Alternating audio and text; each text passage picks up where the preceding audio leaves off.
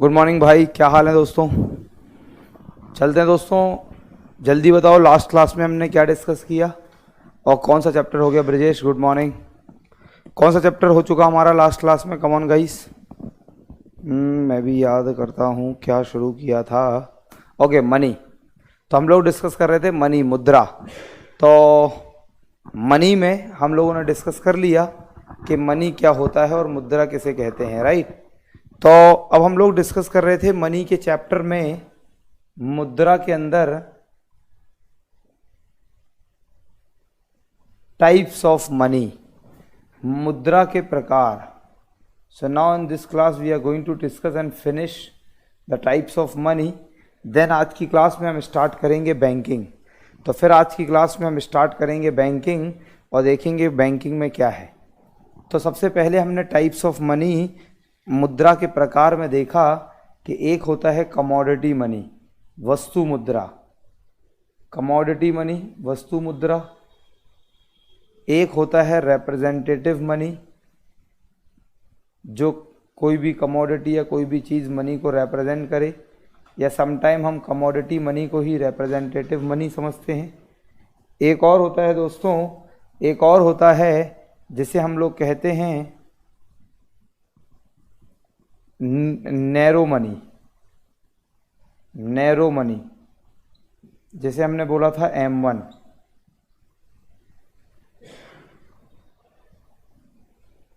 M1 एक होता है ब्रॉड मनी, ब्रॉड मनी, जैसे हमने बोला M3। एक होता है नैरो मनी, ब्रॉड मनी। एक होता है दोस्तों रिजर्व मनी, या इसी को गवर्नमेंट मनी, या इसी को हाई पावर्ड मनी भी कहते हैं, हाई पावर्ड मनी। अब दोस्तों आगे चलते हैं, कुछ और मनी के टाइप्स देखते हैं कि कुछ और मनी के प्रकार कौन कौन से होते हैं। तो एक होता है नियर मनी, नियर मनी। तो आप लोगों को बता दूं, नियर मनी का मतलब है द हाईली लिक्विड मनी। तो जो मनी जो हाईली लिक्विड हो, जो बहुत ज़्यादा तरल हो, उसी को हम नियर मनी कहते हैं। और मैं आपको बता दूं, हाईली लिक्विड का मतलब है जो जल्दी नगद में परिवर्तित हो जाए, जो जल्दी नगद में परिवर्तित हो जाए उसे हम लोग नियर मनी या हाईली लिक्विड मनी कहते हैं। ओके ना। अब दोस्तों अगर हम गौर से देखें तो ये जो M1 है वो हाईली लिक्विड मनी ही कहलाता है, राइट।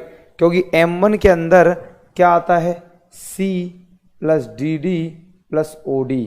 तो आप जरा गौर से देखिए, M1 के अंदर आता है C plus DD plus OD, और C currency with the public, बिल्कुल कैश में है, नगद में है। Demand deposit with the bank, कि आप जब भी बैंक में जाओ तुरंत की तुरंत आपको कैश मिल जाएगा, मतलब ये भी लिक्विड है, बहुत ज़्यादा तरल है, तुरंत कैश में कन्वर्ट हो रहा है।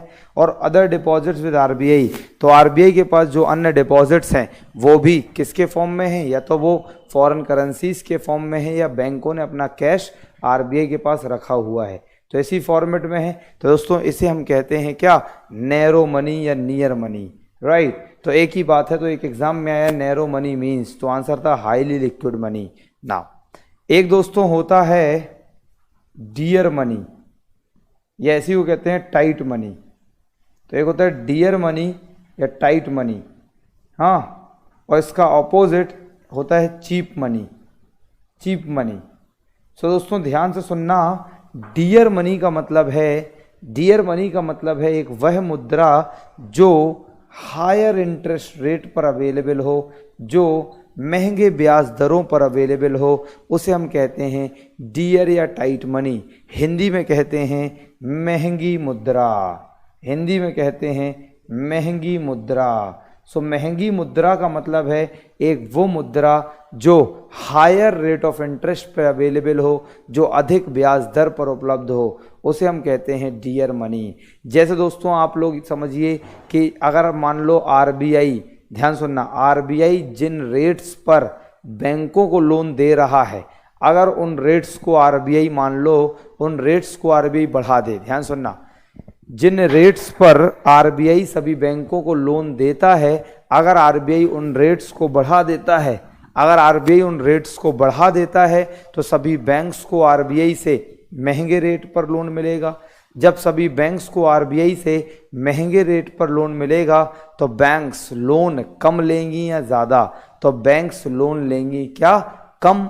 तो इसका मतलब है अब बैंक्स को चूंकि महंगे रेट पर लोन मिला तो बैंक्स अपने कस्टमर्स को महंगे रेट पर लोन देंगे। तो जब बैंक्स अपने कस्टमर्स को महंगे रेट पर लोन देते हैं तो उसे हम कहते हैं कौन सा मनी? डियर या टाइट मनी। इसका जस्ट उल्टा वह मुद्रा जो लोअर्ड रेट ऑफ इंटरेस्ट पर उपलब्ध हो, जो सस्ते ब्याज दरों पर हो, तो इसको हम कहते हैं सस्ती मुद्रा। जस्ट उल्टा। तो एक तो हो गया डियर या टाइट मनी, एक हो गया चीप मनी। तो एक हो गया महंगी मुद्रा, एक हो गया सस्ती मुद्रा। राइट नाउ इसके अलावा दोस्तों एक होता है हार्ड मनी और इसी को हम लोग कहते हैं हॉट मनी, और एक होता है दोस्तों सॉफ्ट मनी, इसे हम कहते हैं सॉफ्ट मुद्रा। सो दोस्तों ये हार्ड मनी और हॉट मनी और सॉफ्ट मनी क्या है? तो जरा देखिए, हार्ड मनी क्यों कहते हैं? देखो, economics is a subject with the very common sense. If you are have a wonderful common sense, then you guys would be able to appreciate the correct answer very rightly. So दोस्तों hard money क्यों कहते हैं? या hard money का मतलब क्या है? तो दोस्तों वे करेंसीज, वे मुद्राएं जो डेवलप्ड कंट्रीज की करेंसीज हैं, जो बड़े बड़े विकसित देशों की मुद्राएं हैं, जैसे यूएस का डॉलर हो गया, यूरोप का यूरो हो गया, यूके का पाउंड हो गया, जापान का येन हो गया और चाइनीज का युआन या रेनमिनबी हो गया। सो दोस्तों यूएस का डॉलर, यूरोप का यूरो, यूके का पाउंड स्टर्लिंग, चाइना का युआन और जापान का येन। सो दोस्तों इन करेंसीज को हम इकोनॉमिक्स की भाषा में हार्ड करेंसीज कहते हैं और इन्हें हम हार्ड, सख्त मुद्रा कहते हैं। तो हार्ड करेंसीज क्यों कहते हैं? तो जरा रीजन देखिए, क्योंकि इन करेंसीज की वैल्यू बहुत ज़्यादा फ्लक्चुएट नहीं करती है, क्योंकि इन करेंसीज की जो वैल्यू है, इन करेंसीज का जो मूल्य है वो बहुत ज़्यादा फ्लक्चुएट नहीं करता है और वो होता है हार्ड। हार्ड का मतलब है जैसे यूएस के डॉलर की वैल्यू हो गई या यूके पाउंड स्टर्लिंग की वैल्यू हो गई या और भी कोई बड़े कंट्रीज़ की करेंसी की वैल्यू हो गई, तो इन कंट्रीज़ के करेंसी की जो वैल्यू है वो बहुत ज़्यादा ऊपर नीचे नहीं होती है। इट रिमेन वेरी फिक्स्ड, उनकी वैल्यू बहुत ज़्यादा परिवर्तनशील नहीं होती है। इसका मतलब है बहुत ज़्यादा फिक्स्ड रहती है। सो दोस्तों just give me a minute.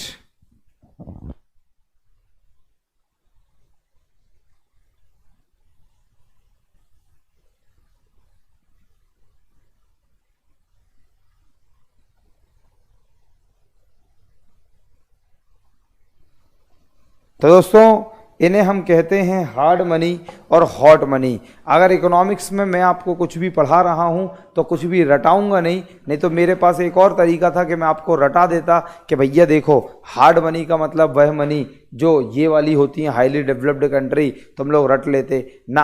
Concept समझो, क्यों इसे हार्ड मनी कहते हैं? क्योंकि इसकी वैल्यू बहुत ज़्यादा फ्लक्चुएट, बहुत ज़्यादा ऊपर नीचे नहीं होती है, तो उसे हम कहते हैं हार्ड मनी। वहीं पर दोस्तों जो अंडर डेवलप्ड कंट्रीज़ की करेंसी हैं, जैसे इंडिया का रुपी हो गया, जैसे और भी जो डेवलपिंग कंट्री हैं, जो भारत जैसे विकासशील देश हैं या कोई अंडर डेवलप्ड कंट्रीज़ हैं, जिनका जो वैल्यू है, जिनकी करेंसी की जो वैल्यू है वो बहुत ज़्यादा फ्लैक्सिबल होती है, अर्थात परिवर्तनशील होती है, अर्थात परिवर्तित होती है, तो उन्हें हम लोग सॉफ्ट मनी कहते हैं। तो एक तो हो गया हार्ड मनी, एक हो गया सॉफ्ट मनी। तो हार्ड मनी का मतलब जो डेवलप्ड कंट्रीज़ की करेंसी हैं और सॉफ्ट मनी का मतलब जो डेवलपिंग या अंडर डेवलप्ड कंट्रीज़ की करेंसी हैं। मुझे लगता है आप लोग मेरी बात समझ गए हैं दोस्तों। इसी प्रकार से just give me a minute दोस्तों।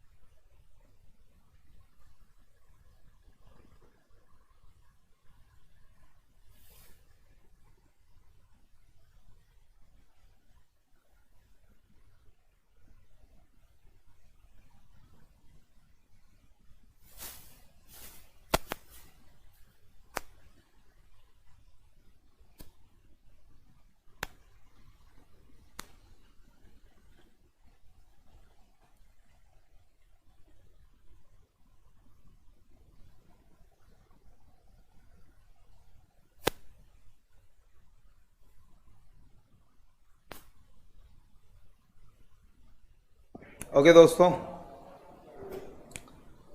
चलते हैं आगे। चलो दोस्तों, तो हम लोग बात कर रहे थे अजय कुमार, काय तुम ज़्यादा घबरा रहे। You messaged me personally and I read your messages and I replied as well and you are replying the same thing है। तो तुम्हें मैंने बता भी दिया और तुम सब लोगों को बताया कि जो हमारा जो वीडियो प्ले होता है तो इंडिया नहीं इंटरनेशनल लेवल पर वो वीडियो की प्रॉब्लम आ गई, जहाँ से हमारा यूएस का एक सर्वर है तो वहाँ से प्रॉब्लम आ गई। तो देखो अजय भाई, तुम्हारे मैसेज को निकालें क्या? तो तुम्हारे मैसेज का मैंने एक बढ़िया सा रिप्लाई किया, तब भी अजय तुम यहाँ मैसेज कर रहे हाँ भाई हैं पॉलिटी के लेक्चर नंबर ये नहीं हो रहे सर, प्लीज़ हेल्प। तो भाई क्यों इतना ज़्यादा, जब हम तुमसे कह रहे कि तुम्हारा प्रॉब्लम सॉल्यूशन हो जाएगा तो why you worrying a lot, just give us some time यार। So the whole team is doing their work. और यार ये टेक्नोलॉजी है, अभी आदमी खड़े खड़े टरक जाए, आदमी का हिसाब किताब नहीं है, टेक्नोलॉजी का क्या हिसाब किताब है। तो भाई क्या हुआ कि जहाँ से देवाशीष साहू, तू रहने गुड मॉर्निंग, अभी तू ऊपर क्या कह रहा है, हाँ customer care not response call. तो देवाशीष तू आगे एक दिन काम करे यहाँ पर। सो 5 लोग बैठे हैं कस्टमर केयर पे, 5 के 5 लगातार कॉलिंग जाती। सो क्या रिस्पॉन्डिंग करें, तुम लोग एक ही चीज़ को बार बार बोल रहे, एक ही चीज़ को 10 बार बच्चे बोल रहे कि ये वो। तो भाई कस्टमर केयर कोई मशीन थोड़ी ना, हाँ भाई रोबोट थोड़ी ना है जो तुम्हारे मैसेज का तुरंत की तुरंत उसने रिप्लाई कर दिया।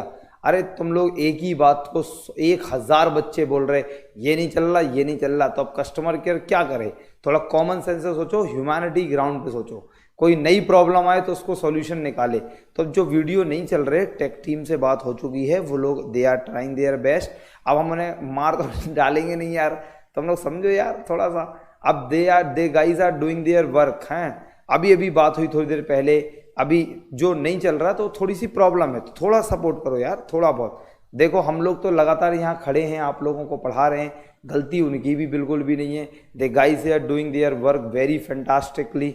सो हाँ अभी थोड़ा सा हो गया, लेकिन अब थोड़ी दिनों में सब सही हो जाएगा, चिंता क्यों करते हैं। ऐसे आजकल देखो मैं देखता पेटीएम, तो पेटीएम अभी भी दोस्तों कई बार हैंग करता। जल्दी बताओ मुझे यहाँ कमेंट में लिख के, सही बात है या नहीं दोस्तों? जितनी बड़ी बड़ी जैसे रेलवे की IRCTC की वेबसाइट हैंग हो जाती कई बार। तो यार हमारा तो टाइम्स का एक छोटा सा प्लेटफॉर्म है, या फिर हाँ तो समझ गए होंगे आप सभी लोग। चलिए आगे चलते हैं दोस्तों, क्लास को आगे बढ़ाते हैं। सो दोस्तों, एक होता है हार्ड मनी, एक होता है सॉफ्ट मनी। तो हार्ड मनी का मतलब एक वो मनी जो बड़े बड़े डेवलप्ड कंट्रीज की करेंसीज होती हैं, उन्हें हार्ड मनी कहते हैं। और सॉफ्ट मनी का मतलब है वो मनी जो बहुत जल्दी फ्लेक्सिबल हों, जिनके रेट्स, जैसे इंडियन रुपी, आज इसका रेट 68, कल 69, कल 70। तो इंडियन रुपी की जो वैल्यू है वो बहुत ज़्यादा फ्लक्चुएटिंग होती है, बहुत ज़्यादा चेंजेबल होती है। तो उसे हम लोग कहते हैं क्या? Okay Ajay, God bless you बेटा। सो दोस्तों उसे हम कहते हैं सॉफ्ट मनी, राइट। सो दोस्तों आप लोग सारे लोग बहुत तहे दिल से सपोर्ट करो, और अगर आप सपोर्ट करेंगे तो डेफिनेटली दोस्तों आप लोगों को बहुत बेहतरीन लेवल का ज्ञान मिलेगा। अभी तो हम लोग अपनी पिक्चर शुरू कर रहे हैं, अभी तो सिलसिला बहुत जारी है, बहुत आगे तक चलेगा। और दोस्तों आप लोगों को इस लेवल का ज्ञान देंगे यहाँ पर, ये बेहतरीन तरीके से पढ़ाएंगे कि आप लोगों ने कभी इमेजिनेशन भी नहीं किया होगा, राइट। तो अभी इतनी कोशिश कर रहे हैं, देखो इतने टाइप्स ऑफ मनी पढ़ा दिए, अभी तो और भी बचे हैं बहुत सारे, राइट। तो आप लोगों को बेहतरीन कंटेंट पढ़ा रहे हैं, बेहतरीन चीज़ें, बस आप छोटे भाइयों बहनों की तरह सपोर्ट करिए, हाँ थोड़ा सा स्नेह प्यार दीजिए अपना। ये सब फालतू की बातों में बिल्कुल दिमाग मत लगाओ। तुम लोग एक बोल रहे ये लेक्चर नहीं चल रहा, वो नहीं चल रहा, ये नहीं हो रहा, वो नहीं हो रहा, तो बेटा पहले मैं एक सवाल पूछना चाहता कि जितना मैंने पढ़ा दिया, जितना सारे टीचर्स ने पढ़ा दिया, क्या वो पूरा तुमने याद कर लिया? जिस दिन जो सीना चौड़ा करके कह देगा हाँ पूछ लो जो पूछना है, तो बेटा फिर मैं उससे 2 बातें करूंगा। तो मेरी बात बहुत बड़ी थी दोस्तों, समझने की कोशिश करना। मैं कहना चाहता था कि जो हम लोग पढ़ा रहे हैं, क्या वो तुमने पूरा पढ़ रहे हो सच्चे दिल से? क्या वो तुम लोगों ने पूरा याद कर लिया? क्या उससे रिलेटेड सारे क्वेश्चंस लगा लिए? दोस्तों पहले अपने एंड पर बहुत अच्छा काम करो, फिर हमारे एंड की चिंता करना। बस यही शब्द थे हमारे तुम्हारे लिए। शायद आप लोग मेरी बात समझ गए हैं। फिर से पहले अपने एंड पर सच्चे मन से सच्ची डेडिकेशन से काम करो, फिर हमारे बारे में सोचना। That's it. ठीक है, मान लो 4 दिन क्लास नहीं भी हुई तो क्या हो गया, इतना पढ़ा दिया, 4 दिन प्रैक्टिस कर लो। क्या जा रहा, मरे तो नहीं जा रहे, सांसें तो नहीं लटक जाएंगी। सपोर्ट करो भाई, सपोर्ट मतलब ऐसा नहीं तुम अपने टाइम से अपने तरफ से पढ़ाई करो। शायद आप लोग मेरी बात समझ गए। देखो विवेक चौधरी कह रहा है CDS CAPF के क्वेश्चंस एकदम हो रहे हैं, इस लेवल का पढ़ा रहे। देखो सर अभी भी हमारी इमेजिनेशन से अच्छा ज्ञान मिल रहा है, देख लो दोस्तों, राइट। यस अजय, इंक्रीज कर देंगे validity, don't worry, we can do anything for our student, कोई दिक्कत नहीं। लेकिन बस आप लोग यार ये सब नहीं, आपस में लगे रहते, बातें करने लगते, ये हो रहा वो हो रहा। अबे तो क्या यहाँ पे हम लोग कोई गलत काम कर रहे क्या हैं कि जानबूझ के कर रहे? रोज सवेरे 7 बजे से लेकर रात के 12 बजे तक तुम लोगों के लिए ही लगे रहते। और हाँ पैसा भी कमा रहे, क्योंकि घर वाले भी तो पालना है। घर वालों ने इतना बड़ा किया, इतनी अच्छी एडुकेशन दी, किस लिए? कि लड़का बड़ा होगा और पैसा कमाएगा, हैं। और बाद में तुम लोग कहते रहते ये पैसा कमा रहे, ये कर रहे। तो भाई ये बताओ, घर वाले ने हमें किस लिए पाला पोसा? घर वालों ने हमें किस लिए पढ़ाया? कि लड़का बड़ा होगा, पैसे कमा के लाएगा। तो क्या हम उनकी आशाओं पे खरे ना उतरें? क्या चाहते तुम, माँ बाप हमारे गाली दें हमें? क्या चाहते तुम, हमने जो PhD करी, डॉक्टरेट करी, इसीलिए कि बिना पैसों के घर जाएं?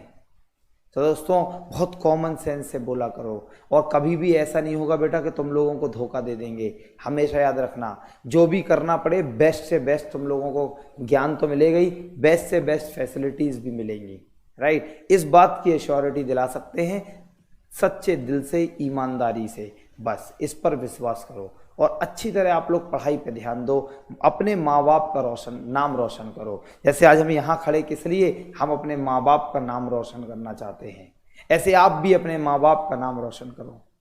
बस चलिए दोस्तों ना, तो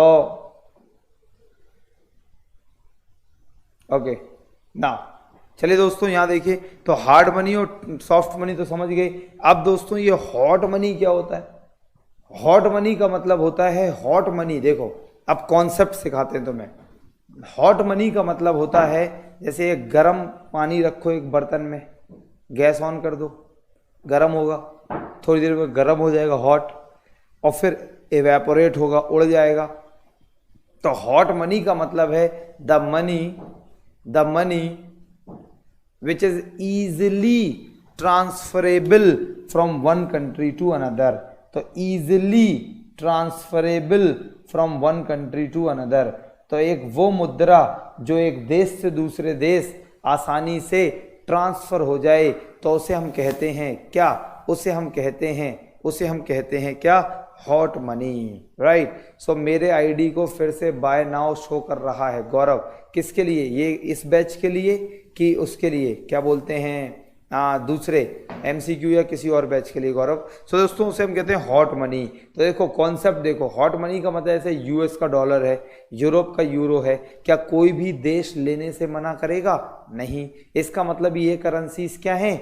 ईजिली ट्रांसफरेबल हैं from one country to another. तो इसे हम कहते हैं हॉट मनी और इसे हम कहते हैं गर्म मुद्रा। दोस्तों क्यों? क्योंकि हॉट वाटर जिस तरीके से उड़ के इवेपोरेट हो जाता है, इसी तरह से ये करेंसीज भी उड़ के इवेपोरेट हो जाती हैं। तो इसे हम कहते हैं क्या? Hot money. Okay Gaurav ji देख लेंगे जरा, आप अपनी आईडी पासवर्ड मुझे व्हाट्सएप करना, क्लास के बाद बात करते हैं ना। तो this is called hard money और हॉट मनी। दोस्तों इसी तरह से कुछ और टाइप्स की मनी होती हैं, जरा उनके बारे में मैं आपको बता दूं। जैसे दोस्तों एक होता है प्लास्टिक मनी। तो प्लास्टिक मनी का मतलब क्या होता है? वो मनी जो प्लास्टिक के फॉर्म में हो, मतलब जितने भी डेबिट कार्ड्स हो गए या क्रेडिट कार्ड्स हो गए, इन्हें हम लोग कहते हैं क्या? Plastic money. So all the debit cards and credit cards are called the plastic money. कोई बात नहीं गौरव कुमार बेटा, पहले यहाँ सुन लो ना। Next is called virtual money. So what is virtual money? So virtual money का मतलब है द इंटरनेट बेस्ड मनी। एक वो मनी जो इंटरनेट बेस्ड हो, मतलब जो इंटरनेट के आधार पर हम चलती हो। जैसे इसका एग्जाम्पल है बिटकॉइन। तो दोस्तों बिटकॉइन क्या है? तो बिटकॉइन एक इंटरनेट बेस्ड करेंसी है और हम इंटरनेट की सहायता से और इंटरनेट की सहायता से इंटरनेशनल लेवल पर बिटकॉइंस पर ट्रेड करते हैं, व्यापार करते हैं। जैसे जापान का एक बंदा है हितोशी नाकामुरा, उसने बिटकॉइन को इजाद किया, उसने बिटकॉइन को डेवलप किया और उसने बिटकॉइन की खोज करी, बिटकॉइन बनाया। दोस्तों बिटकॉइन एक highly system of software and hardware से बहुत टेक्नोलॉजिकली बिटकॉइन एक डिजिटल कॉइन बनाया गया और इंटरनेशनली ग्लोबली लोग इस पर अपना अपना पैसा इन्वेस्ट करते हैं। तो दोस्तों इसे हम बोलते हैं bitcoin, that is called the electronically developed currency. बोले तो द इंटरनेट बेस्ड मनी। जैसे पेटीएम वॉलेट है, जैसे आज हम गए समोसा खाने, समोसा खाया, अग्रवाल वाले को हमने टक से पेटीएम कर दिया, तो इसका मतलब है क्या? डिजिटल करेंसी ट्रांसफर हो गई, डिजिटली ट्रांसफर हो गई, पेटीएम वॉलेट से एक दूसरे पेटीएम वॉलेट पे चला गया, तो इन्हें हम बोलते हैं वर्चुअल मनी। सो दोस्तों these are the different forms of money. हाँ, एक और याद आ गया दोस्तों, एक होता है fiat money. So what is fiat money, जरा समझना। सो फिएट हिंदी में भी फिएट मुद्रा। सो व्हाट इज फिएट मनी? तो फिएट मनी का मतलब होता है, फिएट मनी का मतलब होता है it is the legal tender notice. दोस्तों it is the legal tender notice. So what is fiat money? So fiat money का मतलब है it is the legal tender notice. So what is legal tender notice? So legal tender notice का मतलब है the fiat money का मतलब है the legal tender notice का मतलब क्या हुआ? तो जरा समझना दोस्तों, लीगल टेंडर नोटिस का मतलब हुआ जो लीगली अप्रूव्ड हो। जैसे दोस्तों मैं आप लोगों को बता दूं कि जितने भी करेंसीज होते हैं, किसी भी जो भी करेंसी होती है किसी भी कंट्री की, उसे हम लोग इकोनॉमिक्स की भाषा में फिएट मनी बोलते हैं। जैसे इंडिया की करेंसी, तो इंडिया की करेंसी क्या है? इंडिया की करेंसी है इंडियन रुपी, राइट। तो वो फिएट मनी कैसे हुआ? मतलब सरकार ने उसका लीगल टेंडर नोटिस पास कर रखा है, सरकार ने उसे लीगली हमारे देश में अप्रूव्ड कर रखा है, तो इसलिए वो हमारे देश की फिएट करेंसी है। मतलब जो भी करेंसी प्रचलित में हो, जो भी करेंसी प्रचलन में हो और जो कंट्री में लीगली चल रही हो, तो उसे इकोनॉमिक्स की भाषा में कौन सी करेंसी? फिएट करेंसी कहते हैं। तो मतलब क्या? जैसे जब डीमोनेटाइजेशन हुआ 2016 नवंबर में, विमुद्रीकरण हुआ, तो the very next day I read an article in the newspaper. अगले दिन मैंने अखबार में एक आर्टिकल पढ़ा, now ₹500 notes and ₹1000 note would not have any legal tender notice. यह एक अखबार में पढ़ा, एक आर्टिकल में पढ़ा कि ₹500 एंड 1000 नोट का सरकार ने इस तरीके से लीगल टेंडर नोटिस विड्रॉ कर लिया। Now no more they are considered as fiat money, और अब ये फिएट मनी के रूप में प्रयोग नहीं की जाएंगी। तो फिएट मनी का मतलब, भाई ये एसी बंद कर दो ना, तो एसी बंद कर दो आमिर। तो फिएट मनी का मतलब क्या हुआ? एक वो मनी जो जिसका लीगल टेंडर नोटिस हो, जो लीगली अप्रूव्ड हो, जो सरकार ने लीगली अप्रूव कर रखा हो, that is called, please switch off the AC. So this is called the fiat money, this is called the fiat मुद्रा। तो मुझे लगता है आप लोग समझ गए। तो जो भी अगर किसी कंट्री की एक जो करेंसी होगी, तो वो जो लीगल करेंसीज होंगी उन्हें फिएट मनी कहेंगे, उन्हें फिएट मुद्रा कहेंगे। So this is called fiat money और फिएट मुद्रा, राइट। सो दोस्तों इतने प्रकार की करेंसीज होती हैं, टाइप्स ऑफ मनी होती हैं। अब बिना टाइम वेस्ट करे हम आगे चलते हैं और अब क्लास स्टार्ट करते हैं और बात करते हैं बैंकिंग। सो दोस्तों मनी में हमने बहुत सारी चीज़ें पढ़ ली कि मनी क्या है, हमने पढ़ लिया फीचर्स ऑफ मनी, मनी के प्रकार पढ़ लिए, साइमल्टेनियसली हमने पढ़ लिया मनी के फीचर्स के अलावा हमने एक और कॉन्सेप्ट पढ़ा, that is called money supply, और साथ में बार्टर सिस्टम, और मनी सप्लाई के मेजरमेंट देख लिए, M1, M2, M3, M4। साथ में हमने देख लिया types of deposits in the bank, कि अगर हमारे पास पैसा है तो हम बैंकों में किस प्रकार से डिपॉजिट कर सकते हैं। साइमल्टेनियसली हमने देख लिया कि जो मनी है उसके कितने डिफरेंट फॉर्म्स हैं, कितने डिफरेंट टाइप्स हैं। तो मनी के यूनिट में हमने इतनी सारी चीज़ें पढ़ी। अब हम नेक्स्ट टॉपिक डिस्कस करने जा रहे हैं, the very wonderful topic, the very lovely topic, and that is called banking. तो दोस्तों अगला यूनिट है हमारा, और अगला टॉपिक है फाइनेंशियल यूनिट का, दैट इज कॉल्ड बैंकिंग। और दोस्तों देखते हैं कि इस बैंकिंग की क्लास में हम लोग क्या क्या ज्ञान प्राप्त करने वाले हैं। और दोस्तों मैं बता दूं कि इस क्लास में called banking we are going to discuss the different concepts here. So दोस्तों यहाँ पर जो हम लोग बात करेंगे, तो हम लोग बात करेंगे about different forms of about the different types of banks in our country. तो इस टॉपिक में हम पढ़ेंगे कि हमारे हिंदुस्तान में जो बैंक्स हैं, भाई हमने इतना बढ़िया ज्ञान दिया, तुम लोगों ने किसी ने उस पर रिप्लाई नहीं दिया। तुम लोगों से बस यही उम्मीद रहती, अभी बकैती करवा लो तो तुम लोग उल्टी सीधी बातें अभी करते रहते आपस में। क्या दोस्तों अभी थोड़ी देर पहले जो हमने ज्ञान दिया था, क्या वो सही ज्ञान था? बस 2-3 बच्चों ने बोला यस, बाकी सारे बच्चे अभी मैं क्या 10 मिनट क्लास में ना आऊँ, 10 मिनट लेट आऊँ, फिर देखो तुम लोगों की हवाबाजी कैसी एक दूसरे में गुफ्तगू शुरू हो जाती है। लेकिन अभी मैंने जो ज्ञान दिया उसके लिए किसी ने नहीं, बस विवेक चौधरी ने बोला और एक अजय कुमार ने बोल दिया, बस बाकी सब यस, समरेंद्र ने भी बोला, बस बाकी किसी को नहीं। बाकी बेटा शिकायत करवा लो बस तुम लोगों से ना। तो देखो दोस्तों, तो हम बात कर रहे थे बैंकिंग। तो बैंकिंग की क्लास में we are going to discuss that कि हमारे हिंदुस्तान में कितने टाइप्स की बैंक्स हैं। अभी हम इसमें बात करेंगे कि जो हमारे हिंदुस्तान का जो बैंकिंग स्ट्रक्चर है वो कितने फॉर्म्स का है, कितने प्रकार का है, और कौन कौन से बैंकिंग स्ट्रक्चर में हमारे इंडिया का बैंकिंग सिस्टम डिवाइडेड है। तो ये सारी बातें होंगी। इस टॉपिक में हम लोग बात करेंगे कि हमारे हिंदुस्तान में पूरा का पूरा जो फाइनेंशियल नेटवर्क है, जो वित्तीय नेटवर्क है, वो कितने प्रकार का है। इस क्लास में हम बात करेंगे the history of banking in our country, हमारे हिंदुस्तान में बैंकों के इतिहास पर बात करेंगे। इस टॉपिक में हम बात करेंगे फ्रॉम द 1770 जहां से पहली बार भारत में बैंक शुरू हुआ और पहला बैंक भारत में बना, bank of Hindustan by Europeans at Calcutta. 1770 में भारत में पहली बैंक बनाई गई, बैंक ऑफ हिंदुस्तान, यूरोपियंस के द्वारा कलकत्ता में। वहां से बात शुरू होगी और बात खत्म होगी सीधी 2019 तक। तो दोस्तों 1770 से लेकर 2019 तक हिंदुस्तान के बैंकिंग सिस्टम में क्या क्या हुआ है और क्या क्या चीजें आई हैं, कितने प्रकार की बैंकें आई हैं,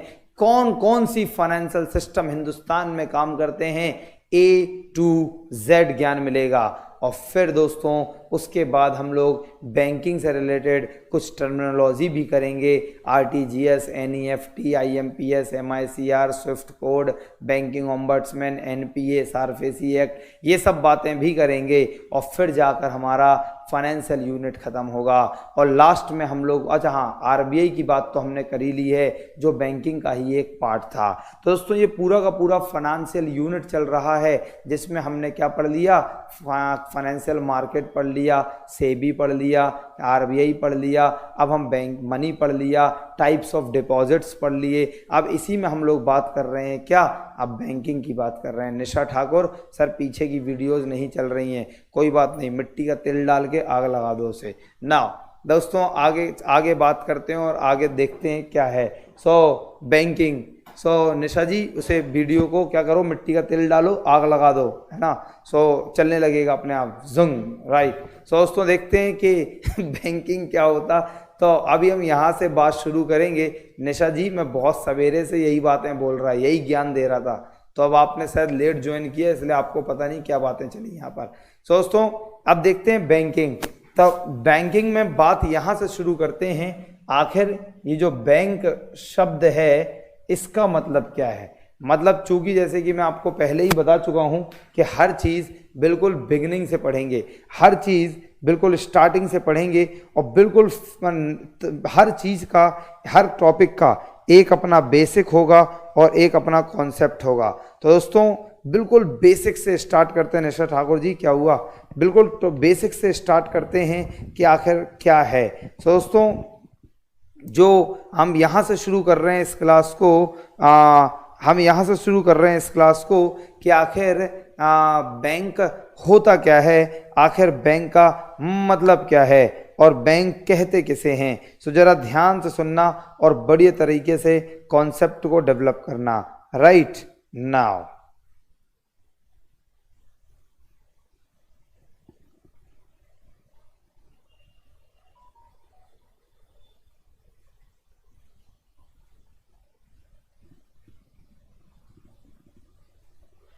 सो दोस्तों बिल्कुल बेसिक से शुरू करते हैं और बिल्कुल यहाँ से बात करते हैं कि आखिर आखिर बैंक होता क्या है, बैंक कहते किसे हैं। निशा ठाकुर जी कुछ तो बोल लीजिए आगे नाउ। सो यहाँ से शुरू करेंगे कि the word bank derived from a French word. दोस्तों एक फ्रेंच शब्द है जिसे कहते हैं बॉन्क। इसी तरीके से एक इटालियन वर्ड है, एक इटालियन वर्ड है और एक जर्मन वर्ड है। दोस्तों एक इटालियन वर्ड है जिसे हम कहते हैं बैंको। एवरीबॉडी क्या कहते हैं, बैंको। और दोस्तों इटालियन वर्ड जिसे हम कहते हैं बैंको, BANCO। और एक जर्मन वर्ड है जिसे हम कहते हैं बैंक। सो ये अलग अलग शब्द हैं, ये हम बता रहे हैं पहले एटमोलॉजी मतलब कि ये शब्द कहाँ से आया है। निशा ठाकुर जी कोई बात नहीं, मिट्टी का तेल डाल के आग मत लगाओ, लेकिन पहले हमें सुन तो लो, आप शायद बुरा मान गई हैं। निशा जी मैं सवेरे से इन लोगों को यही समझा रहा कि बेटा ये बेटा वो। सर मेरे को ये भी वीडियो नहीं दिखेगी जो आपने पीछे बोला था, एक बार और बता दीजिए। अच्छा निशा जी बिल्कुल बता देंगे। तो निशा जी क्या हुआ कि अभी थोड़ा सा जैसे जो हमारे जो वीडियोस चल रहे हैं और जो हमारी वेबसाइट जो रन हो रही है, तो हमने यूएस से एक सर्वर ले रखा और एक वीडियो प्लेयर ले रखा। तो टेक्निकल लैंग्वेज में बता रहा हूँ। तो दोस्तों वो सर्वर में ही प्रॉब्लम आ गई फ्रॉम द यूएस है, तो इसलिए कल परसों से कुछ जो वीडियोस हैं, जो देखो अभी लाइव क्लास तो प्ले हो रही है लेकिन बाद में ये क्लास अपलोड नहीं कर पा रहा है वो सर्वर, तो इसलिए थोड़ा टेक्निकल प्रॉब्लम है। तो अब जो हमारी टेक्निकल गाइज हैं, जो टेक्निकल जो बहुत एक्सपर्ट हैं, तो वो लोग अपना पूरी जी जान लगा के रात भर भी काम कर रहे थे। अभी सवेरे सवेरे सोने गए बेचारे बोलकर। तो भाई अभी वो लोग जल्दी से बस आज या कल में, ऐसे रोज बोलते वो आजकल, तो हम आपको बोल देते आजकल। तो उन लोगों ने ऐप बना दी है प्रॉपर और उसमें कोई प्रॉब्लम नहीं आएगी। उसमें 140 पिक्सल्स 140p पर भी वीडियो चलेगी, मतलब 4G 5G छोड़ो दोस्तों 2G पर भी क्लास चल जाएगी। तो हम लोग टेक्नोलॉजी में अपग्रेडेशन करते जा रहे, थोड़ा सा चलता जाएगा इस तरीके से। आप थोड़ा सा हमें सपोर्ट करिए, काम हो जाएगा। राइट ना दोस्तों देखते हैं। तो देखो भाई नेक्स्ट क्या है। तो हाँ, तो हम लोग बात कर रहे थे कि जो बैंक शब्द है ये फ्रेंच वर्ड बॉन्क, इटालियन वर्ड बैंको एंड जर्मन वर्ड बैंक से लिया है और इनका मतलब होता है एक बेंच। इनका मतलब होता है एक बेंच, वह बेंच वेयर मर्चेंट्स का मतलब होता है व्यापारी, मेक डील्स। तो दोस्तों जहां मर्चेंट्स व्यापारी एक दूसरे से डील करते हैं, एक दूसरे से पैसों का लेन देन करते हैं। ओके बेटा, सो एक दूसरे से लेन देन करते हैं, तो उस बेंच को फ्रेंच वर्ड में बॉन्क, इटालियन वर्ड में बैंको and the French German word में बैंक कहते हैं। तो वहां से शब्द आया है क्या, बैंक। तो जो बैंक नाम का शब्द आया है ये इन अलग अलग जगहों के शब्दों से मिला है।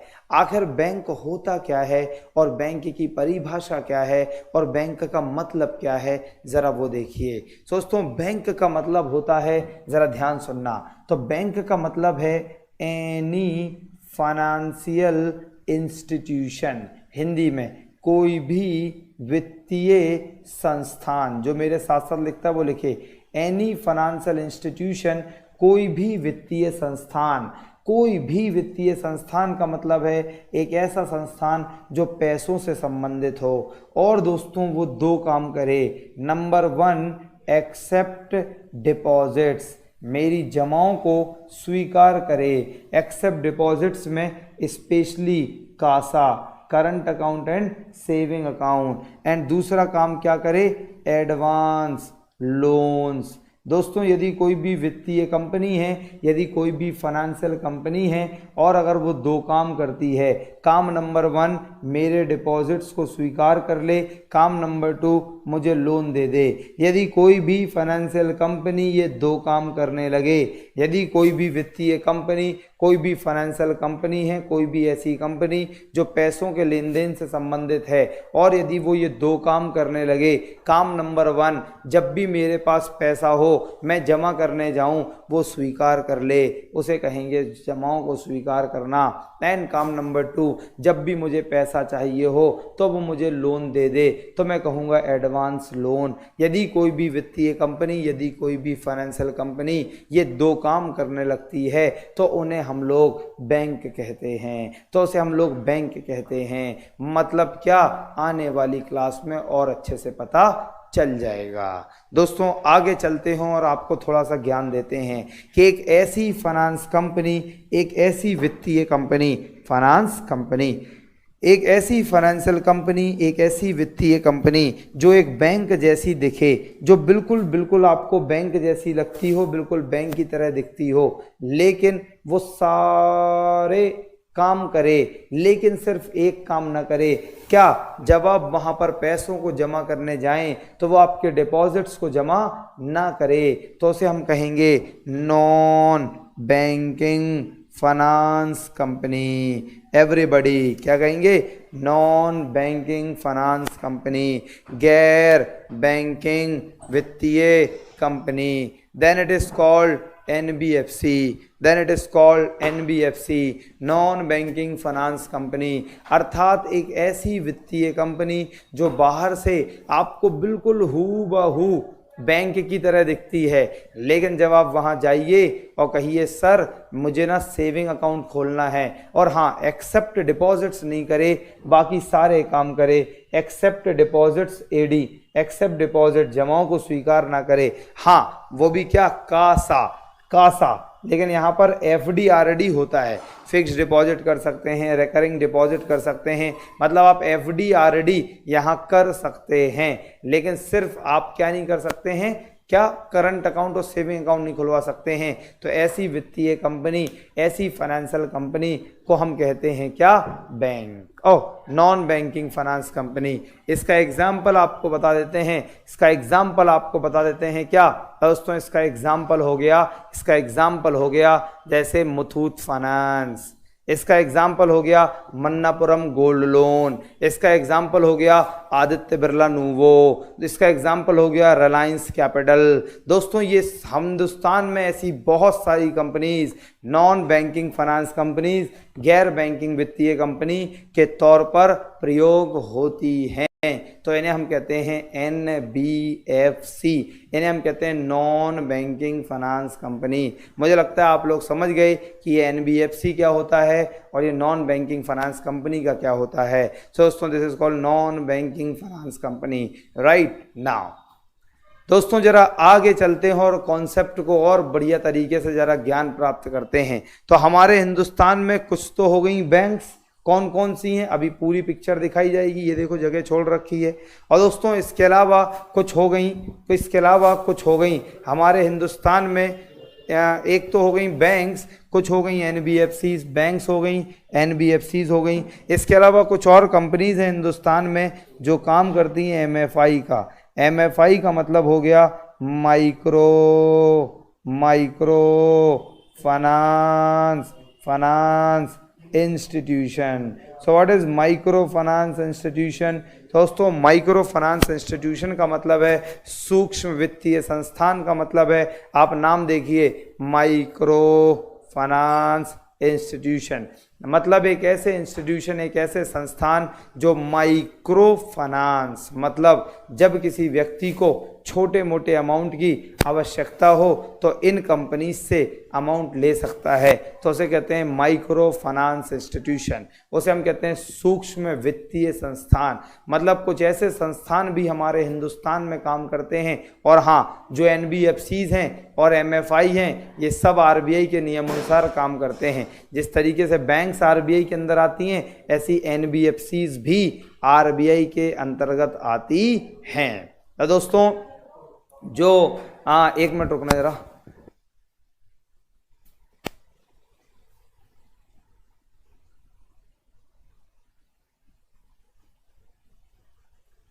माइक्रो फाइनेंस इंस्टीट्यूशन, सूक्ष्म वित्तीय संस्थान, मतलब वो फाइनेंशियल इंस्टीट्यूशन जो लोगों को छोटे मोटे अमाउंट में वित्तीय सहायता दें।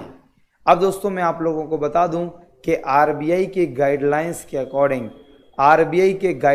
अकॉर्डिंग एक माइक्रो फाइनेंस कंपनी, एक सूक्ष्म वित्त कंपनी अपने किसी ग्राहक को अधिक से अधिक 50,000 तक का ऋण दे सकता है। तो एक सूक्ष्म वित्त कंपनी, एक माइक्रो फाइनेंस इंस्टीट्यूशन अपने किसी ग्राहक को अधिक से अधिक 50,000 तक का लोन दे सकता है, नॉट मोर देन दैट, उससे ज़्यादा नहीं।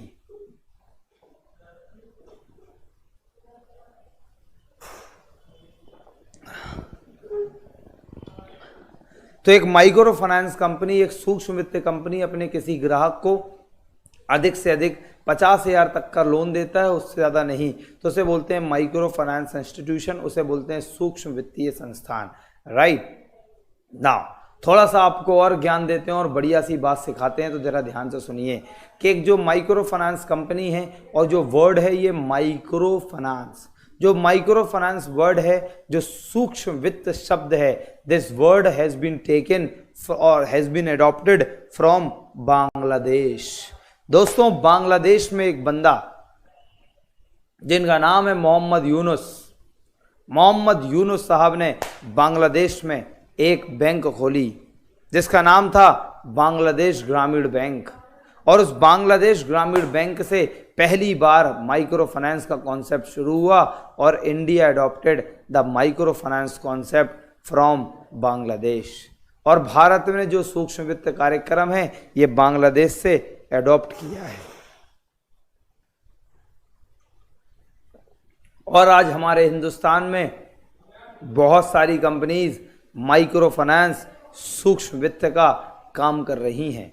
तो एक तो हमारे हिंदुस्तान में हो गई बैंक्स और कुछ हो गई NBFCs, non banking finance companies, और कुछ हो गई हमारे हिंदुस्तान में माइक्रो फाइनेंस कंपनीज। तो कुछ तो हो गई बैंक्स, कुछ हो गई एनबीएफसीज और कुछ हो गई micro non banking finance companies. दोस्तों अब चलते हैं थोड़ा सा और आप लोगों को ज्ञान दिखाते हैं क्या कि जो बैंक्स हैं हमारे हिंदुस्तान में दो कैटेगरीज में डिवाइडेड हैं। जितनी भी हमारे हिंदुस्तान में बैंक्स हैं, भाई जल्दी से कमेंट में लिख के ये भेज दो समझ में आ रहा है नहीं आ रहा। कम ऑन एवरीबॉडी, कुछ लोग कुछ बोल ही नहीं रहे भाई, आज तुम लोग पूरा सन्नाटा छाया हुआ है। जल्दी बोलो, कुछ समझ में आ रहा हो कि नहीं आ रहा हो, क्या हम ऐसे ही लगे पड़े हैं? भैया जल्दी बताओ, कछु समझ में आ रहा हो या नहीं आ रहा हो? हमें तो लग रहा हो कछु नहीं आ रहा हो तुम्हें, जल्दी बताओ भाई। जब तक कमेंट नहीं करोगे हम पढ़ाएंगे नहीं बेटा।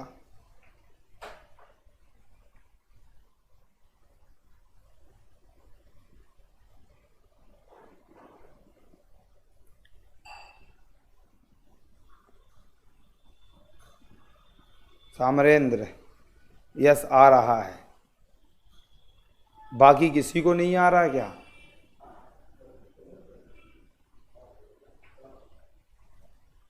गुंजन चरण यस सर, बस दो को आ रहा, बाकी कहाँ गए भैया? निशा ठाकुर, विवेक राही, गौरव कुमार, विवेक चौधरी, आज रोहित शर्मा नहीं है।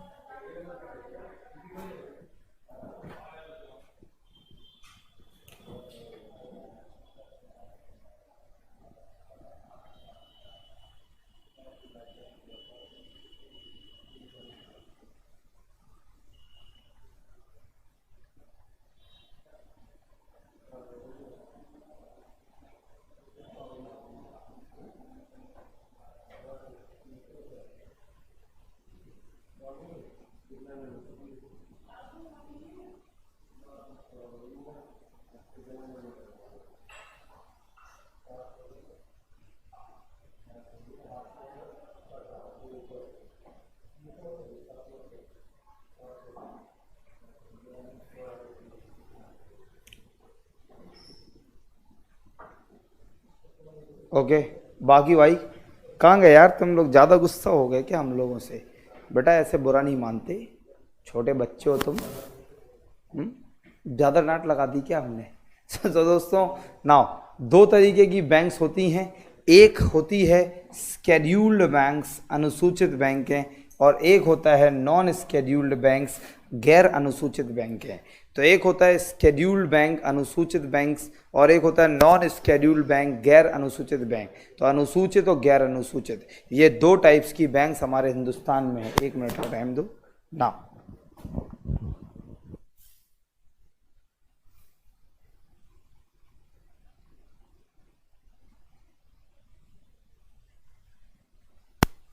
तो दोस्तों ये दो तरह की बैंक्स होती हैं, एक स्केड्यूल्ड एक नॉन स्केड्यूल्ड। तो ये अनुसूचित मतलब स्केड्यूल और नॉन स्केड्यूल्ड गैर अनुसूचित, ये क्या होता? तो अनुसूचित स्केड्यूल्ड का मतलब है, बंद कर दिया, स्केड्यूल्ड का मतलब है, और नॉन स्केड्यूल्ड क्या होती हैं ज़रा ध्यान से सुनना भाई। स्केड्यूल्ड का मतलब है दोस्तों, ओके कुलदीप, स्केड्यूल्ड का मतलब है, मतलब यस सर क्या नाराज हो गया कि वैसे ही, कि स्केड्यूल्ड का मतलब है, देखिए जो भी हमारे हिंदुस्तान में आरबीआई है, तो जो भी आरबीआई काम करती है उसके लिए खुद का एक्ट है, आरबीआई एक्ट 1934। जैसे भारत का संविधान है और भारत के कॉन्स्टिट्यूशन, भारत के संविधान में बहुत सारे स्केड्यूल्स हैं, 12 स्केड्यूल हैं, ऐसा आपने पढ़ा होगा। इसी तरीके से जो हमारा आरबीआई एक्ट है, अगर इस आरबीआई एक्ट के सेकंड स्केड्यूल में कोई भी बैंक्स आती हैं तो उन्हें हम स्केड्यूल्ड बैंक या अनुसूचित बैंक कहते हैं। और यदि कोई भी बैंक आरबीआई एक्ट के सेकंड स्केड्यूल दूसरी अनुसूची में नहीं आती हैं, जो आती हैं उन्हें स्केड्यूल, जो नहीं आती हैं उन्हें गैर नॉन स्केड्यूल्ड। मतलब यदि कोई बैंक आरबीआई फर्स्ट बैंक कब आया, अभी भूल गए, पापा से पूछ के बता देंगे कुलदीप। तो दोस्तों अभी स्केड्यूल्ड बैंक का मतलब है एक वो बैंक जो आरबीआई एक्ट 1934 के, जो आरबीआई एक्ट 1934 के सबसे 1934 के जो पहले स्केड्यूल, पहली अनुसूची में आता है उसे स्केड्यूल्ड बैंक बोलते हैं, और जो आरबीआई एक्ट 1934 के सेकंड स्केड्यूल में नहीं आता है उसे नॉन स्केड्यूल बैंक बोलते हैं। ओके, सो कौन बैंक है? तो माइक्रो फाइनेंस इंस्टीट्यूशन एग्जाम्पल, कौन बैंक नहीं है? माइक्रो फाइनेंस इंस्टीट्यूशन कभी बैंक नहीं कहलाएगा, बैंक अलग है, माइक्रो फाइनेंस इंस्टीट्यूशन अलग है, राइट। दोस्तों माइक्रो फाइनेंस इंस्टीट्यूशन बहुत सारे हैं, जैसे आपने अगर कभी सुना हो AU financiers, Utkarsh micro finance, Ujjivan micro finance, Suryoday micro finance, Janalakshmi micro finance, ई सब micro finance, Equitas holdings, capital local area bank. So ऐसी हमारे हिंदुस्तान में कई सारी कंपनीज माइक्रो फाइनेंस का काम करती हैं। तो दोस्तों जो भी माइक्रो फाइनेंस कंपनी होगी तो लिखा होगा उसके नाम के आगे माइक्रो फाइनेंस, तो लिखा रहता है, तो उसे हम कहते हैं Samarendra micro finance, right. Kuldeep first bank कब आया है ये हमने थोड़ी देर पहले अपनी इसी क्लास में बता दिया है, शायद आपने जब सुना नहीं होगा या आप उस समय होगे नहीं ना। तो दोस्तों ध्यान सुनना, स्केड्यूल्ड बैंक का मतलब होता है एक वो बैंक जो आरबीआई एक्ट 1934 के सेकंड स्केड्यूल में आए, जो आरबीआई एक्ट के 1934 के सेकंड स्केड्यूल में ना आए उन्हें कहेंगे नॉन स्केड्यूल्ड बैंक। तो दोस्तों हमारे हिंदुस्तान में जो बैंक्स की कैटेगरीज है उन्हें आरबीआई ने, कोटक महिंद्रा बैंक कौन सा बैंक है? तो वो एक प्राइवेट बैंक है। दोस्तों हमारे हिंदुस्तान में आरबीआई ने बैंक्स को दो तरीके से डिवाइड कर रखा है, एक तो स्केड्यूल्ड, दूसरा नॉन स्केड्यूल्ड। तो स्केड्यूल्ड क्या होता है, नॉन स्केड्यूल्ड क्या होता है, ये तो समझ में आ गया, लेकिन थोड़ी सी परिभाषा और देते हैं। दोस्तों स्केड्यूल्ड बैंक का मतलब है एक वो बैंक जिसके पास मिनिमम पेड अप कैपिटल कम से कम 5 लाख रुपए होनी चाहिए। अब दोस्तों एक नया टर्म आ गया आपके सामने, पेड अप कैपिटल। तो पेड अप कैपिटल क्या होता है, ज़रा ध्यान से सुनना। पेड अप कैपिटल का मतलब होता है यदि वो कैपिटल जो कोई भी कंपनी अपने शेयर्स को बेचकर प्राप्त करती है। If a company generates the capital after issuing the shares is called paid up capital.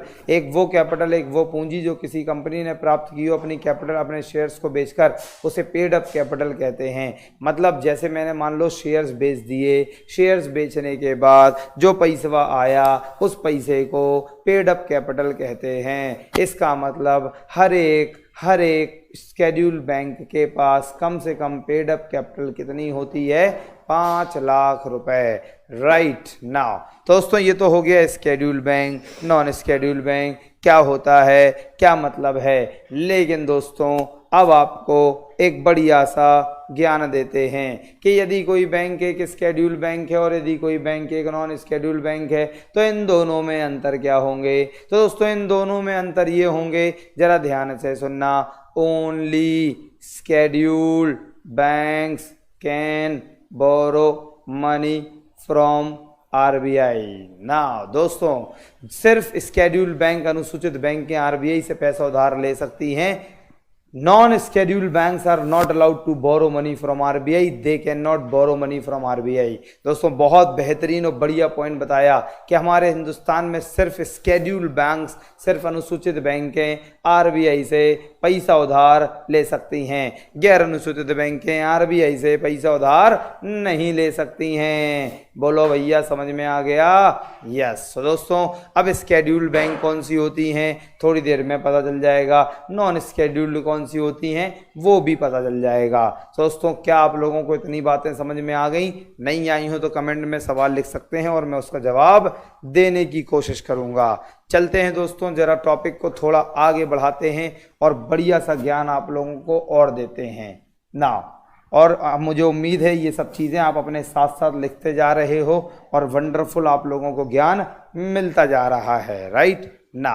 तो दोस्तों ध्यान से देखिए, तो अब हम बात कर रहे हैं कि हमारे हिंदुस्तान की जो बैंक्स हैं, ध्यान सुनिए, हमारे हिंदुस्तान की जो बैंक्स हैं वो कितने कैटेगरीज और कितने टाइप से डिवाइडेड हैं। तो सबसे पहली कैटेगरी जो बैंक्स की है उसे हम लोग कहते हैं कमर्शियल बैंक। एवरीबॉडी क्या कहते हैं?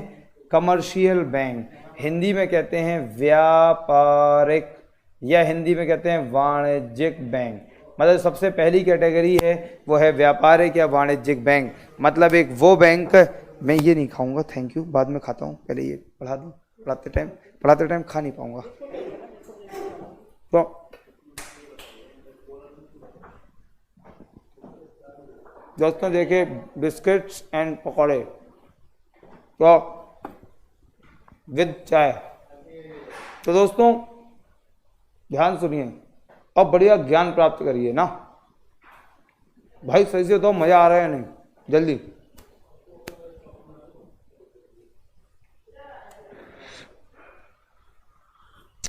जल्दी बताओ भाई, मजा आ रहा है नहीं?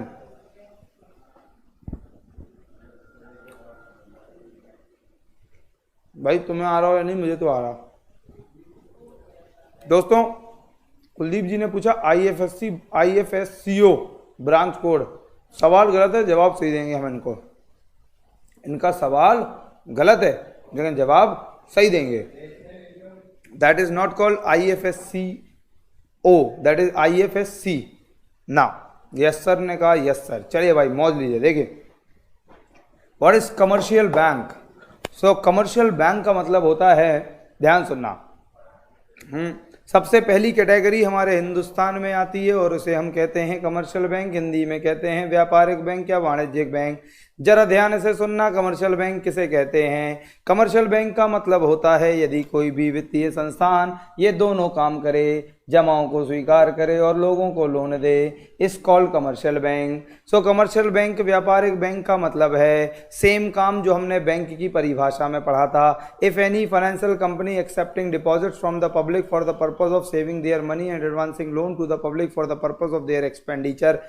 यदि कोई वित्तीय कंपनी हमारे हिंदुस्तान के लोगों की जमाओं को स्वीकार करे जिससे उनकी बचत को बढ़ाया जा सके एवं उनको ऋण प्रदान करे जिससे उनके खर्चे हो सकें, तो उस फाइनेंशियल कंपनी, उस वित्तीय कंपनी को हम लोग कहते हैं कमर्शियल बैंक। हिंदी में कहते हैं वाणिज्यिक या व्यापारिक बैंक। अब कौन कौन सी वाणिज्यिक या व्यापारिक बैंक होती हैं इसके बारे में हम आपको बहुत डिटेल में इसी क्लास में बताने वाले हैं। इसके अलावा दोस्तों आगे चलते हैं और आईएफएससी कोड क्या होता है कुलदीप, बिल्कुल बताएंगे।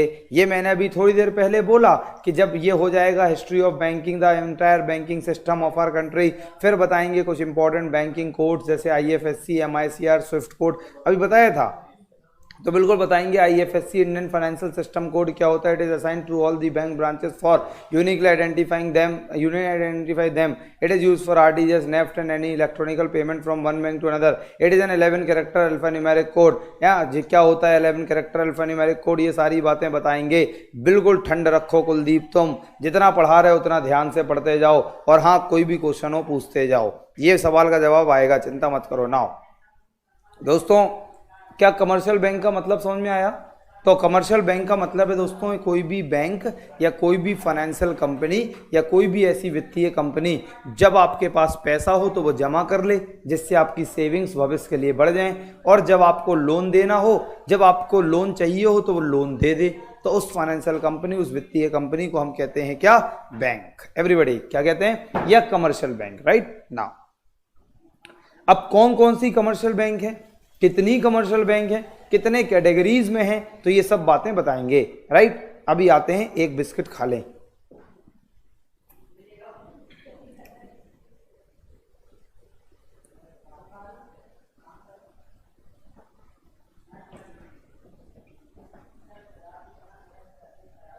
कमर्शियल बैंक के अलावा हमारे हिंदुस्तान में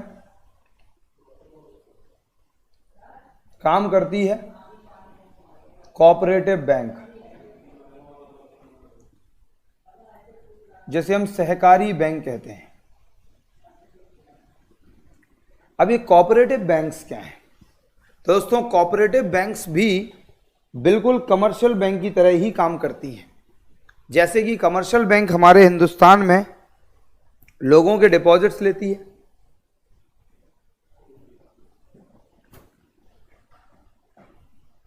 लोगों को लोन देती है,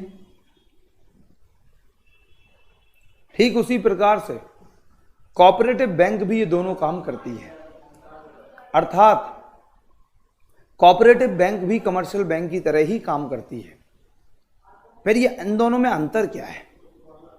तो दोस्तों कोऑपरेटिव बैंक्स जो हैं, जो सहकारी बैंक्स हैं और कमर्शियल बैंक्स हैं, काम तो एक ही जैसा करती हैं, लेकिन इन दोनों में कुछ डिफरेंसेस हैं, कुछ अंतर हैं। जरा ध्यान सुनना, मैं आपको इस टॉपिक में बता रहा हूं the different financial structure of our country, the complete financial network of our country. तो दोस्तों जो हमारे हिंदुस्तान की कमर्शियल बैंक्स हैं, ये काम करती हैं अंडर बैंकिंग रेगुलेशन एक्ट 1949। तो हमारे हिंदुस्तान में जितनी भी कमर्शियल बैंक्स हैं, जितनी भी व्यापारिक बैंक्स हैं, उनका खुद का अपना एक्ट है, उनका खुद का अधिनियम है, जिसे कहते हैं बैंकिंग रेगुलेशन एक्ट 1949, बैंकिंग संचालन अधिनियम 1949। इसी प्रकार से जितनी भी कोऑपरेटिव बैंक्स हैं, जितनी भी सहकारी बैंक्स हैं, ये काम करती हैं अपने खुद के एक्ट के अंतर्गत, that is called cooperative society act 1965। मतलब कोऑपरेटिव बैंक का एक अपना एक्ट है, कमर्शियल बैंक का एक अपना एक्ट है, तो दोनों के अपने अपने एक्ट हैं। तो सबसे पहला डिफरेंस यही देखने को मिल गया कि दोनों के अपने अपने एक्ट हैं, अपने अपने अधिनियम हैं। इसके अलावा दोस्तों हमारे हिंदुस्तान में जो कमर्शियल बैंक्स हैं, जो कोऑपरेटिव बैंक्स हैं, जो व्यापारिक बैंकें हैं, तो जो सहकारी बैंकें हैं, इन ये दो तरीके की हैं एक्चुअली। एक रूरल कोऑपरेटिव बैंक, ग्रामीण सहकारी बैंक, और एक urban cooperative bank. Urban cooperative bank का मतलब है जो शहरी सहकारी बैंक्स हैं। तो हमारे हिंदुस्तान की जो कोऑपरेटिव बैंक्स हैं वो दो कैटेगरीज में हैं, एक रूरल एरियाज में अलग, अर्बन एरियाज में अलग, ग्रामीण क्षेत्रों में अलग, शहरी क्षेत्रों में अलग। और दोस्तों ये भी एक दूसरा अंतर है कोऑपरेटिव और कमर्शियल बैंक में। मतलब जो कमर्शियल बैंक हैं, जो व्यापारिक या वाणिज्यिक बैंक हैं, इनमें ऐसा रूरल और अर्बन जैसा कोई हिसाब किताब नहीं होता है। कोई रूरल और अर्बन जैसा हिसाब किताब नहीं होता, लेकिन कोऑपरेटिव बैंक्स में रूरल और अर्बन जैसा हिसाब किताब होता। इसके अलावा जो रूरल कोऑपरेटिव बैंक्स हैं, फर्दर ये अलग अलग कैटेगरीज में हैं। एक है प्राइमरी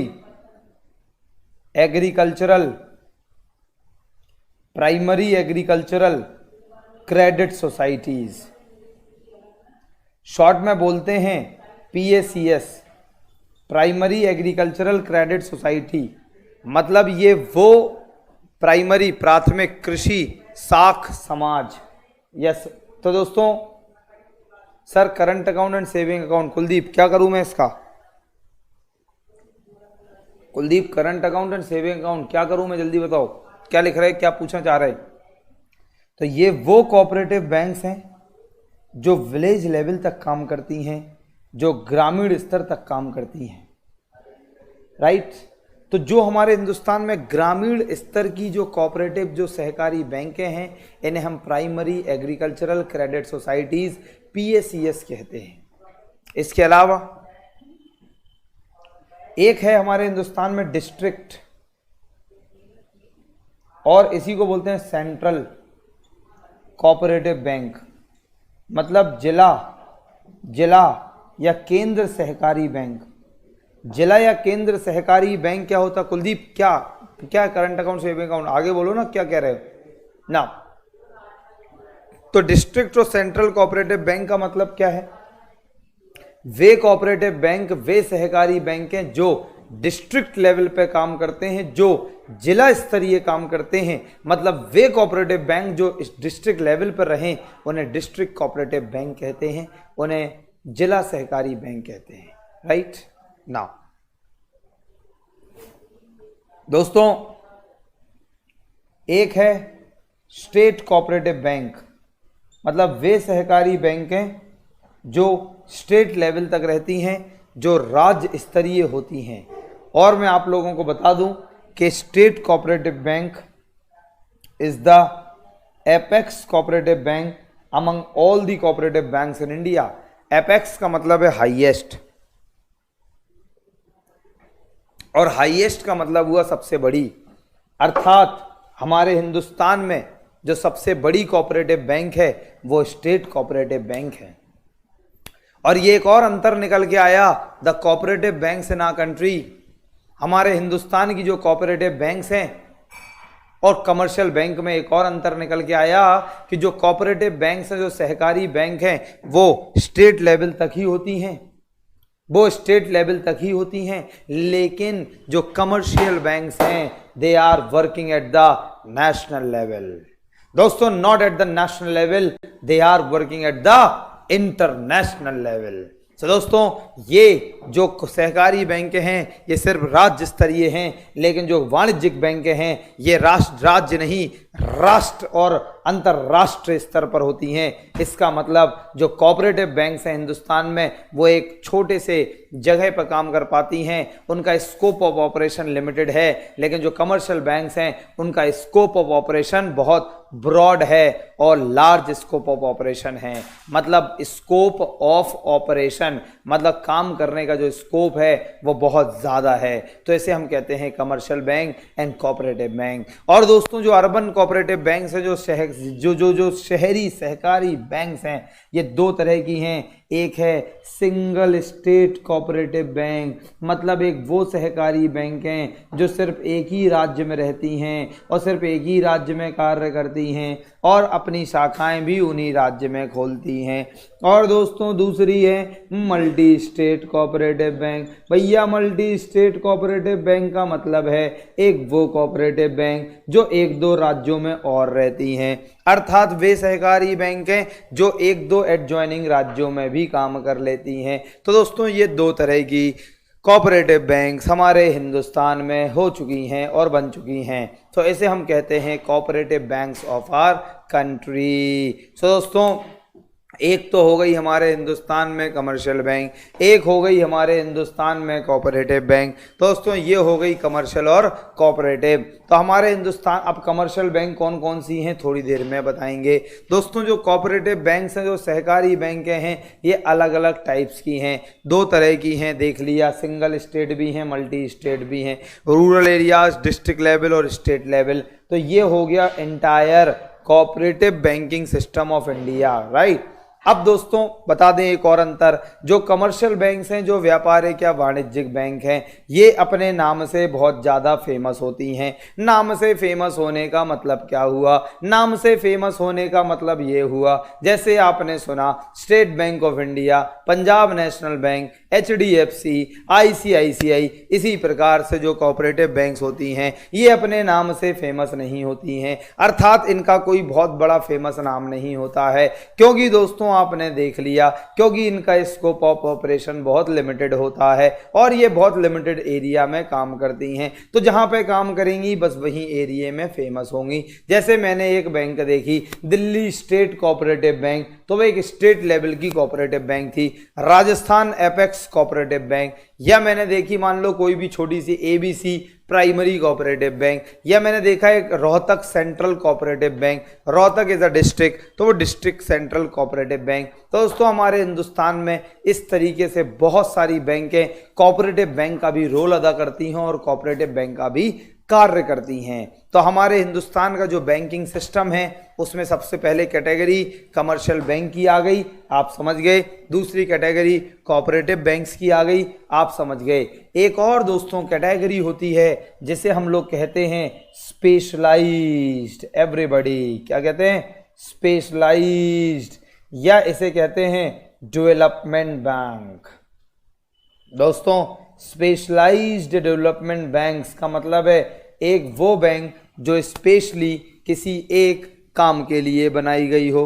स्पेशलाइज्ड बैंक्स मतलब एक वो बैंक जो स्पेशली किसी एक काम के लिए बनाई गई हो, जो स्पेशली किसी एक काम का, एक क्षेत्र का डेवलपमेंट करती हो। मतलब एक ऐसी बैंक जो स्पेशली किसी एक क्षेत्र के लिए हो, जो स्पेशली उसी क्षेत्र का विकास करती हो, जो स्पेशली उसी क्षेत्र के डेवलपमेंट के बारे में कार्यरत हो, उसे हम कहेंगे स्पेशलाइज्ड बैंक, उसे हम कहेंगे डेवलपमेंट बैंक, उसे हम कहेंगे विकास बैंक। मतलब एक वो बैंक जो स्पेशली किसी एक काम के लिए बनाई गई हो, सिर्फ एक क्षेत्र में फोकस करती हो, सिर्फ एक क्षेत्र का विकास करती हो, भाड़ में गए दूसरे सेक्टर कोई मतलब नहीं है। एवरीबॉडी कोई मतलब नहीं है, सिर्फ उनका स्थापना, उनकी इस्टेब्लिशमेंट हुआ एक ही क्षेत्र का डेवलपमेंट करना, और उन्हें हम स्पेशलाइज्ड बैंक कहते हैं। जैसे दोस्तों अगर हम बात करें यहाँ पर लैंड डेवलपमेंट की, हिंदी में दोस्तों इसे कहते हैं भूमि विकास। तो लैंड डेवलपमेंट हिंदी में कहते हैं भूमि विकास। लैंड डेवलपमेंट, भूमि विकास का मतलब होता है the development of rural areas, ग्रामीण क्षेत्रों का विकास। भूमि विकास का मतलब होता है the development of agricultural sector, कृषि के क्षेत्र का विकास। भूमि विकास का मतलब होता है किसान भाइयों को ठीक समय पर कृषि हेतु सहायता प्रोवाइड करना, सहायता प्रदान करना, तो उसे हम कहते हैं लैंड डेवलपमेंट। तो हमारे हिंदुस्तान में जो लैंड डेवलपमेंट है, जो भूमि विकास है, उसके लिए काम करता है नाबार्ड। एवरीबॉडी कौन काम करता है? नाबार्ड। तो नाबार्ड का मतलब हो गया national bank for agriculture and rural development, national bank for agriculture and rural development. तो दोस्तों नाबार्ड हिंदुस्तान का क्या हो गया? एक लैंड डेवलपमेंट बैंक हो गया, एक भूमि विकास बैंक हो गया। तो इसे हम कहते हैं नाबार्ड, और इसे कहते हैं NABARD, national bank for agriculture and land development. तो नाबार्ड सिर्फ भूमि विकास का काम करता है, एग्रीकल्चरल डेवलपमेंट का काम करता है, कृषि का डेवलपमेंट का काम करता है, और कृषि के कार्य हेतु लोगों को वित्तीय सहायता प्रदान करवाने की सहायता देता है। दोस्तों इसके अलावा अगर हम बात करते हैं हमारे हिंदुस्तान में इंडस्ट्रियल डेवलपमेंट की, भाई इंडस्ट्रियल डेवलपमेंट का मतलब होता है औद्योगिक विकास, का मतलब होता है इंडस्ट्रीज का डेवलपमेंट करना। इंडस्ट्रीज का डेवलपमेंट करने का मतलब है, तो भाई कुलदीप क्या आपने मेरी लास्ट टू लास्ट क्लास नहीं ली? तो जाके आप पहले मेरी पिछली से पिछली क्लास लीजिए, तो वहाँ पे मैंने करंट अकाउंट और सेविंग अकाउंट को बहुत डिटेल में बताया और मैंने वहाँ पे डिफरेंस और अंतर भी बताए। बाकी बच्चे कुलदीप का जवाब दें, कमॉन, मुझे उम्मीद थी कि बाकी तुम लोग जवाब दे दोगे कि सर ये हो चुका है। जल्दी बताओ दोस्तों, क्या करंट अकाउंट और सेविंग अकाउंट का डिस्कशन और इनका डिफरेंस हो चुका है या नहीं ना? दोस्तों इंडस्ट्रियल डेवलपमेंट, औद्योगिक विकास की बात करते हैं, इंडस्ट्रियल सेक्टर के डेवलपमेंट की बात करते हैं। जो इंडस्ट्रीज हैं हिंदुस्तान में, अगर उन्हें फाइनेंशियल हेल्प चाहिए, उन्हें कितना लोन मिलना चाहिए, किस प्रकार से मिलना चाहिए, क्या रूल्स एंड रेगुलेशंस हैं, तो इन सब के लिए काम करता है, इन सब के लिए काम करता है कौन? सिडबी। सिडबी बोले तो small industries development bank of India, उसे बोलते हैं सिडबी। तो सिडबी का मतलब हो गया small industries development bank of sorry, तो उसे बोलते हैं सिडबी। अबे बाकी के सब सुनने बटे सन्नाटा की तरह क्या बैठे हुए, जल्दी बताओ सारे लोग। हो गया सर, सामरेंद्र देख लो, कुलदीप भाई। दोस्तों बाकी आज पता नहीं कहाँ हैं। तो दोस्तों this is called the industrial development bank. या तो दोस्तों मुझे लग रहा तुम लोग को कुछ समझ में नहीं आ रहा, मैं ही बस पढ़ाया जा रहा। तो ऐसे कितने बच्चे हैं जिन्हें कुछ समझ में नहीं आ रहा? या भाई साहब किस बात पे तुम लोग इतना शांत बैठे आज, ऐसा क्या हो गया? मौन व्रत तोड़ो और कुछ बोलो यार ना। तो दोस्तों इंडस्ट्रियल डेवलपमेंट का मतलब आप लोग समझ गए कि कुछ ऐसी बैंक जैसे SIDBI, small industries development bank of India.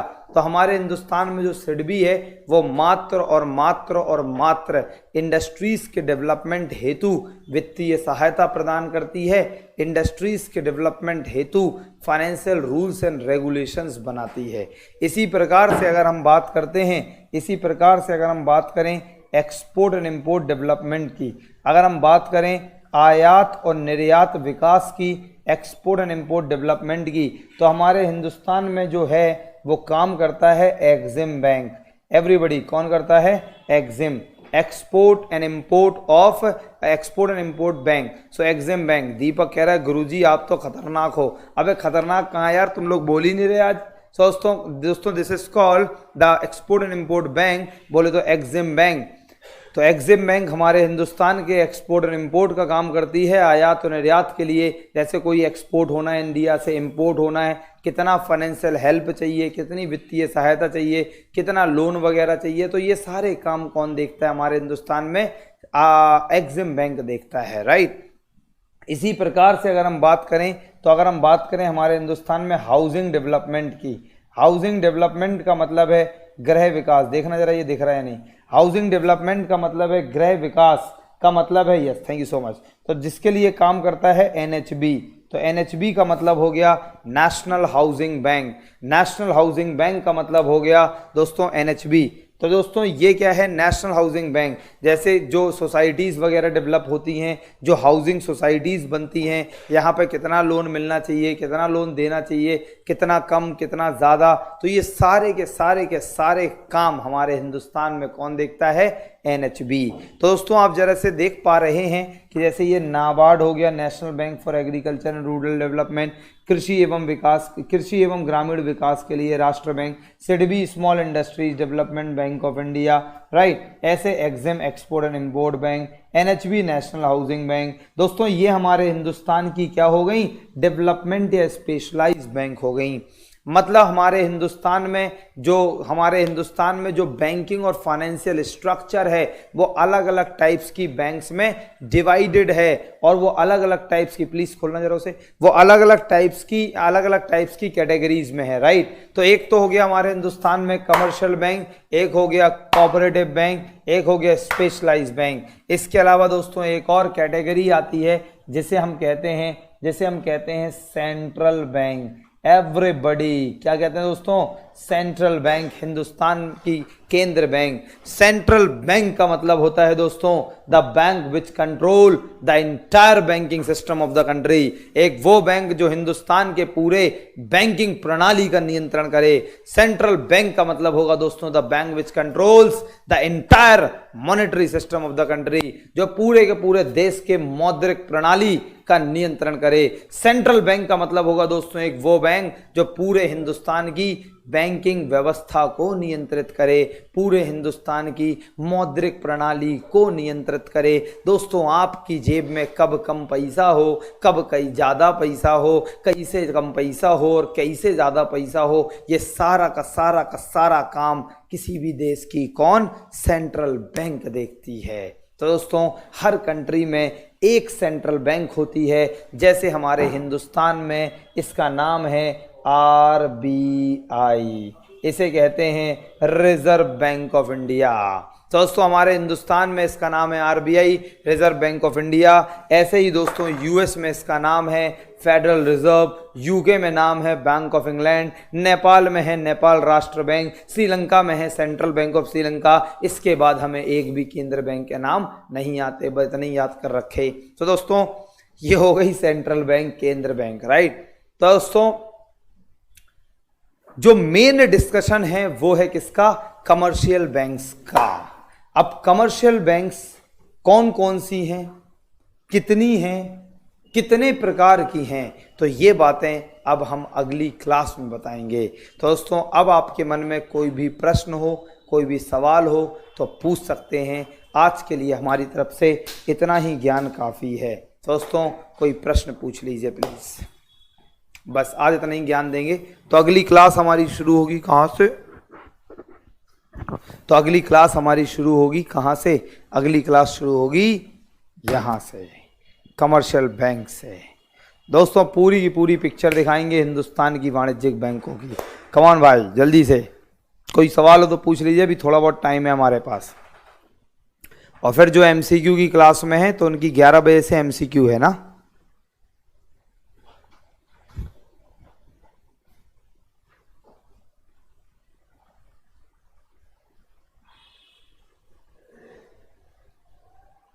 आज क्लास बिल्कुल शार्प 9:31 पर शुरू हो गई थी, राइट। और हमने आज की क्लास में बहुत ज्ञान प्राप्त कर लिया, और एक दिन में इतना ज्ञान काफ़ी होता है। कमर्शियल बैंक्स हम अगली क्लास में बताएंगे।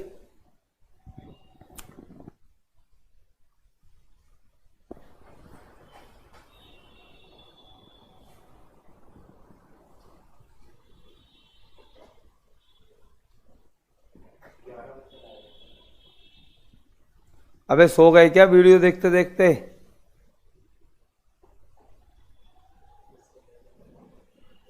चलो दोस्तों मिलते हैं फिर अगली क्लास में। अब तक के लिए good bye everyone, God bless you all, good bye. आज की क्लास में इतना ही।